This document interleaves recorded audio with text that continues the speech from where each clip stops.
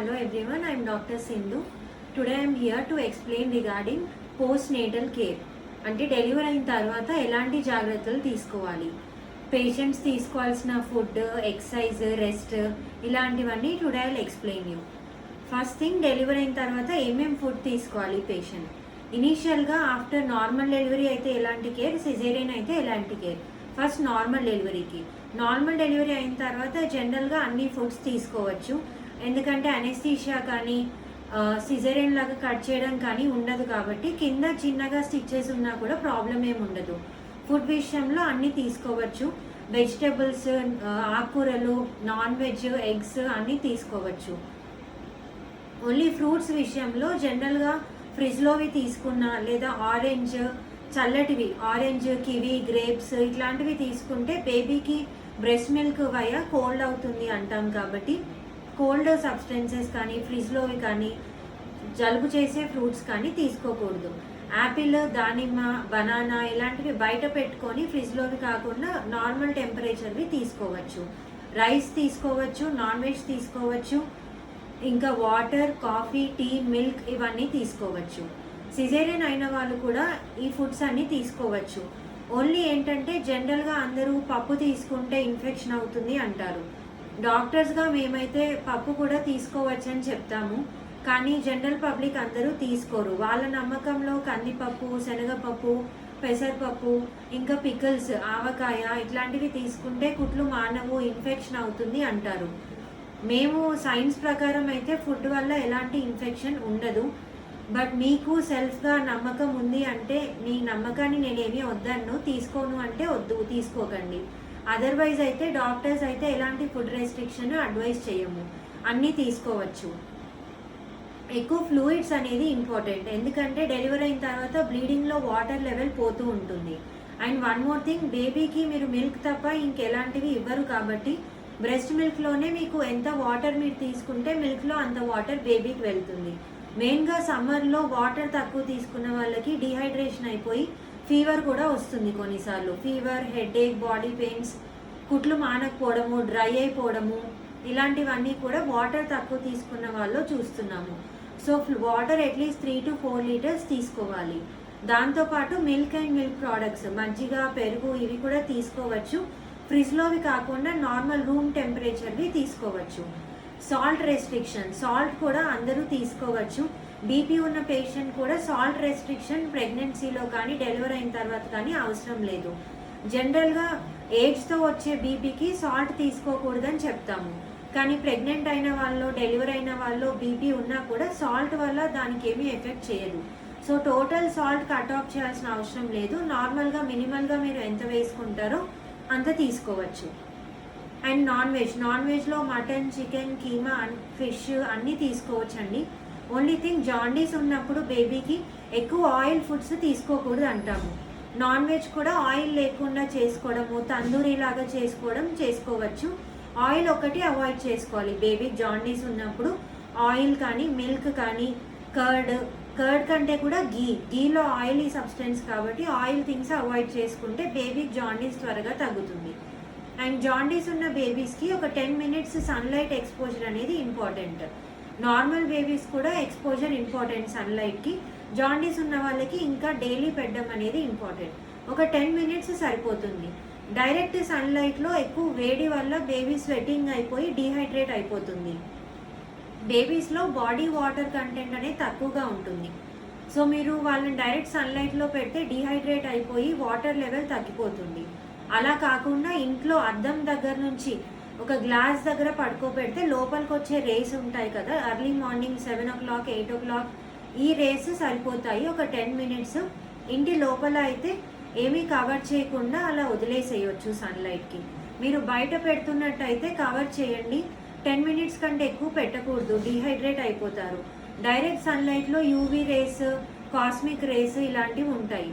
So direct rays కాకుండా అద్దం దగ్గర, ఇంటి లోపల విండో దగ్గర పెడితే బెటర్గా ఉంటుంది బేబీకి. ఇంకా baby breast feeding. Coming to breast feeding, delivery అయిన తర్వాత వితిన్ ½ an hour లోపు బ్రెస్ట్ ఫీడింగ్ అనేది స్టార్ట్ చేయాలి. As early as possible, caesarean అయినా నార్మల్ అయినా ½ an hour లోపు. మదర్ ఇవ్వలేకపోయినా పక్కన ఉన్న అటెండర్స్ పడితే బెటర్గా ఉంటుంది. Within half an hour feeding చాలా ఇంపార్టెంట్. ఎందుకంటే బేబీ డెలివరీ అయిన తర్వాత ఎనర్జీ అనేది తగ్గిపోతూ ఉంటుంది. బేబీ బ్లడ్లో షుగర్ లెవెల్స్ అనేవి తగ్గుతూ ఉంటాయి. బాడీలో ఉన్నంత వరకు అమ్మ పేగు నుంచి ఫుడ్ వెళ్తుంది. వన్స్ బయటికి వచ్చిన తర్వాత మీరు హాఫ్ అన్ అవర్ 1 అవర్ వరకు ఫీడింగ్ ఇవ్వకపోతే బేబీకి బ్లడ్లో షుగర్ లెవెల్స్ అనేవి తగ్గిపోతాయి. సో ఎంత త్వరగా బ్రెస్ట్ ఫీడింగ్ స్టార్ట్ చేస్తే అంత బెటర్గా ఉంటుంది. అండ్ ఫస్ట్ వచ్చే మిల్క్ని కొలెస్ట్రమ్ అంటారండి. ఎల్లో కలర్లో వస్తుంది లేదా కొంచెం వాటరీ వస్తుంది. ఫస్టే మిల్క్ మొత్తం మిల్క్ కలర్లో వైట్ కలర్లో రాదు. ఇనీషియల్గా తక్కువగా వస్తుంది, వాటరీ వస్తుంది, కొంతమందికి ఎల్లోగా వస్తుంది. అది కొలెస్ట్రమ్ మిల్క్ అంటారు. అది చాలా ఇంపార్టెంట్. ఫస్ట్ వచ్చే మిల్క్లో బేబీకి ఇమ్యూనిటీ అనేది ఎక్కువగా ఉంటుంది. రోగ నిరోధక శక్తి అంటారు. బ్రెస్ట్ మిల్క్ ఇనీషియల్గా వచ్చే దాంట్లో అది ఎక్కువగా ఉంటుంది. సో డెలివరీ అయినాక మీరు ఎంత త్వరగా స్టార్ట్ చేస్తే అంత మంచిది. ఇనీషియల్గా babies only 5 ml 10 ml 15 ml ఇంతే తీసుకుంటారు. ఒక 2-3 డేస్ అయిన తర్వాత మెల్లగా అది 20 ml 25 mlకి పెరుగుతుంది. తర్వాత 1 వీక్ 2 వీక్స్లో ఎక్కువ ఫీడింగ్ అనేది స్టార్ట్ అవుతుంది. సో ఫస్ట్ నాకు తక్కువే వస్తుంది మిల్క్, ఎక్కువ రావట్లేదు అనే సైకలాజికల్ టెన్షన్ పెట్టుకోకండి. మీకు వచ్చే మినిమల్ అమౌంటే ఇనీషియల్గా సరిపోతుంది. బేబీ సక్ చేస్తూ ఉంటే ఫీడింగ్ పెరుగుతూ ఉంటే మీ మిల్క్ కూడా ఆటోమేటిక్గా పెరుగుతాయి. ఇంకా ఫుడ్స్లో ఎలాంటివి తీసుకుంటే మిల్క్ ఎక్కువగా పెరుగుతాయి? మెయిన్గా బీరకాయ, దొండకాయ, మెంతులు. నాన్ వెజ్లో అయితే మటన్ కీమా ఎక్కువ protein food. Mutton keema, boiled eggs వీటితోనే ఎక్కువ మిల్క్ పెరుగుతాయి. మెయిన్గా మటన్ కీమా, రెడ్ మీట్లో ఎక్కువ మిల్క్ వచ్చే సబ్స్టెన్సెస్ ఉంటాయి. సో అవి తీసుకుంటే బెటర్గా ఉంటుంది. ఇంకా మిల్క్లో కౌ మిల్క్ అయినా సరే, బఫెలో మిల్క్ అయినా సరే, దాంట్లో మిల్క్ బ్రెడ్ వేసుకొని తీసుకుంటే ఎక్కువగా మిల్క్ వస్తాయి. మిల్క్ బ్రెడ్లో ఉండే ఈస్ట్ అనే సబ్స్టెన్స్ వల్ల ఎక్కువగా మిల్క్ వస్తాయి. So milk bread with milk daily 2 times కానీ 3 times కానీ తీసుకోవచ్చు. అలాగే నేను చెప్పిన వెజిటేబుల్స్లో అండ్ నాన్ వెజ్లో కూడా ఈ ఫుడ్స్ తీసుకుంటే మిల్క్ అనేది ఎక్కువగా వస్తుంది. అండ్ వన్ మోర్ థింగ్, ఓట్స్లో కూడా మిల్క్ వచ్చే ప్రొడక్షన్ ఎక్కువగా ఉంటుంది. ఓట్స్ కూడా మార్నింగ్ అండ్ ఈవినింగ్ తీసుకోవచ్చు. ఇంకా ఎక్కువగా మిల్క్ రావడానికి వాటర్ కంటెంట్ కూడా చాలా ఇంపార్టెంట్. వాటర్ తక్కువ తీసుకుంటే కూడా మిల్క్ ప్రొడక్షన్ అనేది తగ్గుతుంది. And baby sucking, day time night time baby ఎప్పుడు ఏడిస్తే అప్పుడు మిల్క్ ఇస్తూ ఉంటే బేబీ సక్కింగ్తో కూడా మిల్క్ అనేది పెరుగుతుంది. అండ్ మదర్ స్ట్రెస్ లెవెల్ తక్కువగా ఉండాలి. స్ట్రెస్ ఎక్కువగా ఉన్నా, ఫుడ్ సరిగా తీసుకోకపోయినా, మదర్ బాగా సిక్ అయిపోయినా డెలివరీ తర్వాత, రెస్ట్ లేకపోయినా బాడీకి, ఇట్లాంటి వాటి వల్ల స్ట్రెస్ ఎక్కువ అయిపోయి మిల్క్ ప్రొడక్షన్ అనేది తక్కువ ఉంది. సో బేబీకి మిల్క్ మంచిగా రావాలంటే మదర్ స్ట్రెస్ ఫ్రీగా ఉండాలి. మైండ్ ఎంత రిలాక్స్గా ఉంటే మిల్క్ అంత మంచిగా వస్తాయి. అండ్ పోస్ట్ నేటల్ కేర్లో జనరల్ కేర్కి వస్తే ఫస్ట్ పొట్టకి బెల్ట్ పెట్టుకోవాలా, బట్ట కట్టుకోవాలా? బెటర్ థింగ్ ఈజ్ కంపల్సరీగా కట్టుకోవాలండి. బెల్ట్ అయినా సరే, కాటన్ క్లాత్ అయినా సరే, మీరు దేంతో కంఫర్టబుల్ ఉంటే అది యూజ్ చేసుకోండి. కంపల్సరీ 3 months అయినా ఆ సపోర్ట్ ఉండాలి. ఎందుకంటే డెలివరీ అయిన తర్వాత మీకు లిగమెంట్స్ అనేవి కొంచెం వీక్గా అయిపోతాయి బాడీలో. సో బ్యాక్ బోన్ సపోర్ట్ అనేది చాలా ఇంపార్టెంట్. బెల్ట్ పెట్టుకొని బాడీ స్ట్రేట్గా కూర్చొని ఇవ్వాలి మిల్క్. చాలామంది ఇలా వంగిపోయి బేబీ మీదకి ఇలా బెండ్ అయిపోయి ఇస్తూ ఉంటారు మిల్క్. ఇలా చేయడం వల్ల బ్యాక్ పెయిన్ అనేది చాలా ఎక్కువగా వస్తుంది. డెలివరీ అయిన తర్వాత బ్యాక్ స్ట్రేట్ ఉంచుకోవాలండి. మీరు వంగిపోయి ఇస్తే మిల్క్ ఇంకా బ్యాక్ పెయిన్ ఎక్కువైపోయి ఫ్యూచర్లో బ్యాక్ అనేది చాలా వీక్ అయిపోతుంది. సో బెల్ట్ కానీ కాటన్ క్లాత్ కానీ డే టైం నైట్ టైం ఎప్పుడు 24 hours పెట్టుకోవాలి. ఎక్సెప్ట్ మీరు బాత్ చేస్తున్నప్పుడు ఇట్లాంటి టైంలో తప్ప రిమైనింగ్ టైం మొత్తం 3 months కంటిన్యూస్గా పెట్టుకోవాలి. దీంతో మీకు పొట్ట అనేది లూజ్ ఉండకుండా ప్రెగ్నెన్సీ ముందు ఎలాగైతే ఉంటుందో ఆ టైట్నెస్ వస్తుంది. బ్యాక్కి కూడా సపోర్ట్ ఉంటుంది. బ్రెస్ట్ ఫీడింగ్ అప్పుడు పొజిషన్ అనేది చాలా ఇంపార్టెంట్. మదర్ చైర్లో కూర్చొని వెనక పిల్లో సపోర్ట్ పెట్టుకొని ముందు కూడా 2 pillows వేసుకొని బేబీని బ్రెస్ట్ దగ్గరికి తీసుకోవాలి. అలా కాకుండా బేబీని లో లెవెల్లో పెట్టుకొని మీరు బెండ్ అయిపోయి ఇస్తే బ్యాక్ పెయిన్ అనేది చాలా ఎక్కువ అవుతుంది. సో పొజిషన్ అనేది చాలా ఇంపార్టెంట్. బికాజ్ మీరు half an hour 1 hour feed ఇస్తూ ఉంటారు. అంత టైం మీరు బెండ్ అయిపోతే మీకు బ్యాక్ అనేది చాలా వీక్ అయిపోతుంది. So position is very important. బేబీని మీ దగ్గరికి తీసుకోండి, మీరు బేబీ మీదకి బెండ్ అవ్వకూడదు. అండ్ బ్యాక్ కూడా మీరు బకెట్స్ ఎత్తడం అని, మెట్లు ఎక్కడం అని, బేబీని ఎత్తడం అని ఎక్కువ బెండ్ చేయడము, బ్యాక్ బోన్ ఎంత స్ట్రేట్గా ఉంటే అంత బెటర్. బెండింగ్ అనేది 3 months వరకు ఎంత తక్కువగా ఉంటే అంత బెటర్. నీ జాయింట్ పెయిన్స్ కూడా కొంతమందికి వస్తూ ఉంటాయండి. స్టెప్స్ ఎక్కువగా ఎక్కిన వాళ్ళలో కాళ్ళ నొప్పులు, మోకాళ్ళ నొప్పులు, నడుము నొప్పి వస్తాయి. So initial 3 months 100 days of delivery period తర్వాత ఫస్ట్ 100 days అనేది చాలా ఇంపార్టెంట్. మదర్కి, బేబీకి ఇద్దరికి ప్రాపర్ బాడీ రెస్ట్ అనేది ఇంపార్టెంట్. అండ్ బాడీ సపోర్ట్, ఇట్లా బెల్ట్ పెట్టుకోవడం అనేది చాలా ఇంపార్టెంట్. స్టెప్స్ ఎక్కడం కూడా తగ్గించుకోవాలి, లాంగ్ జర్నీస్ తగ్గించుకోవాలి. ఎంతవరకు వీలైతే అంతవరకు 3 months ఇంట్లోనే ఉంటే బెటర్. అండ్ ఇంకొకటి, చెవులలో కాటన్ పెట్టుకొని ఈ క్లాత్ అనేది కట్టుకోవాలి. అది హెడ్కి, ఇయర్స్కి సపోర్ట్గా ఉంటుంది. మీకు అది కట్టుకొని వాళ్ళకి 3 months వరకు అది కంటిన్యూస్గా యూజ్ చేయని వాళ్ళకి చెవులలో నుంచి చల్లటి గాలి వెళ్ళడం వల్ల హెడేక్ అనేది ఎక్కువగా వస్తుంటుంది. సో 3 months ఇయర్స్లో కాటన్ పెట్టుకొని తలకి ఇలా క్లాత్ కట్టుకోవడం అనేది ఇంపార్టెంట్. అండ్ టీత్ కూడా లూజ్ అయిపోతాయండి డెలివరీ తర్వాత, ఊగుతూ ఉంటాయి చాలామందికి. లూజ్ టీత్ కూడా మీరు హార్డ్ సబ్స్టెన్సెస్, నాన్ వెజ్లో బోన్స్ ఇట్లాంటివి తినడం తగ్గించాలి. ఒక 3 months వరకు ఆ లూజ్నెస్ అనేది ఉంటుంది. నేను ముందు చెప్పినట్టు డెలివరీ అయిన తర్వాత మీకు లిగమెంట్స్, బాడీలో మజిల్స్ ఇవన్నీ కొంచెం లూజ్ అవుతాయి. దానివల్ల టీత్ కూడా లూజ్ అయ్యే ఛాన్స్ ఉంటుంది. ఎక్కువగా హార్డ్ సబ్స్టెన్స్ తిన్న వాళ్ళకి టీత్ లూజనింగ్ అనేది అలాగే అయిపోయి లైఫ్ లాంగ్ పెయిన్ ఉంటుంది. అలా ఉండకుండా హార్డ్ సబ్స్టెన్సెస్ అనేవి తినకూడదు.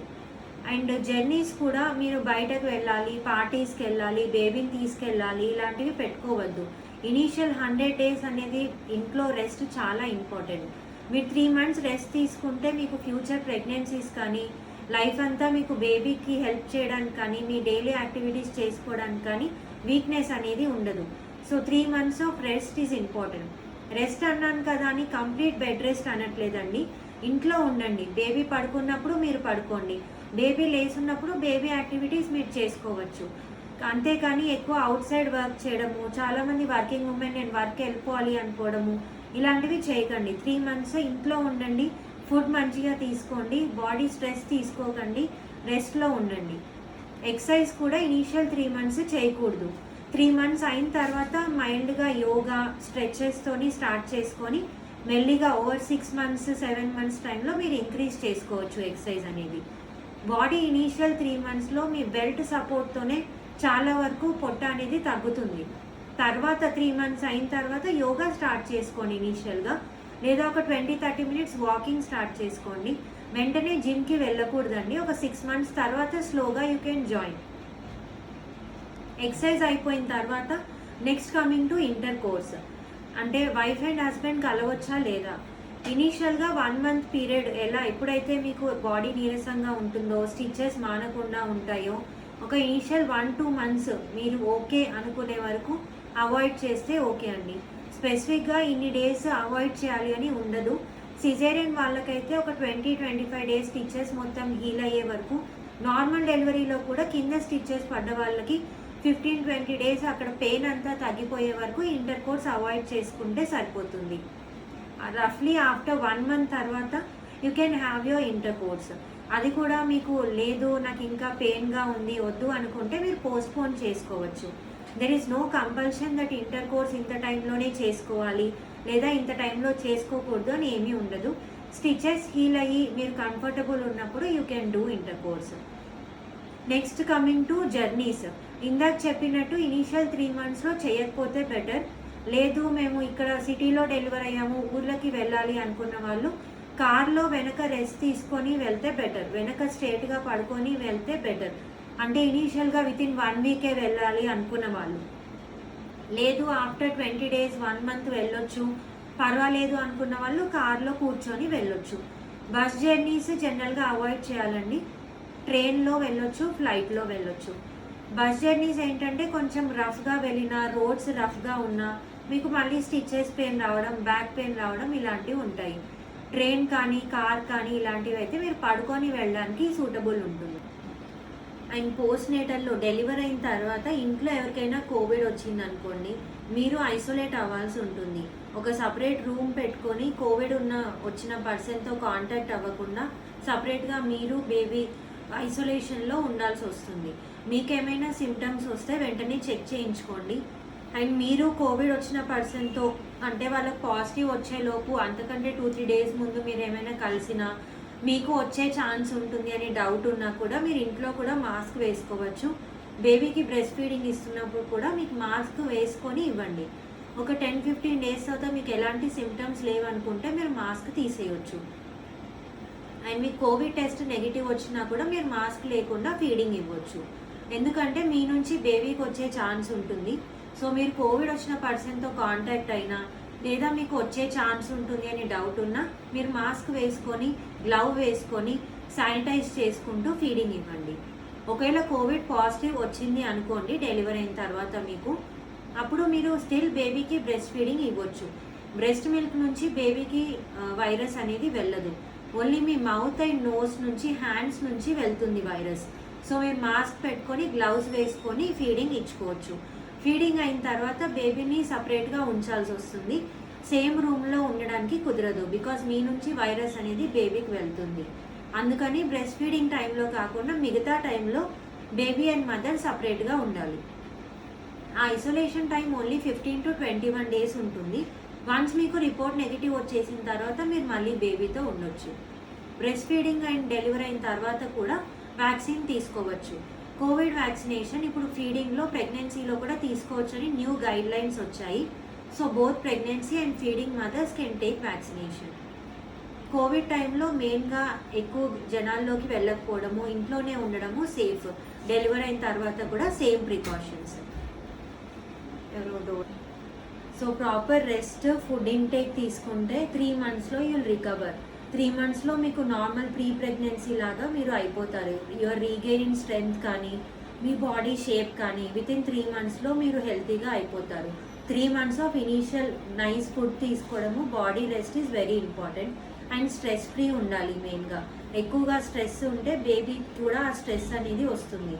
అండ్ మీరు బేబీతో టైం స్పెండ్ చేయాలి. మదర్ అండ్ బేబీ బాండింగ్ అనేది చాలా ఇంపార్టెంట్. డెలివరీ యాంటీనేటల్ పీరియడ్లో ఎంత అయితే ఇంపార్టెంటో పోస్ట్ నేటల్లో కూడా బేబీకి మదర్ అనేది చాలా important. So be stress free, నైస్గా ఫుడ్ తీసుకోండి, బాడీ రిలాక్స్గా ఉంచుకోండి, take rest that initial 3 months. I wish everyone a happy postnatal period and happy motherhood. Thank you.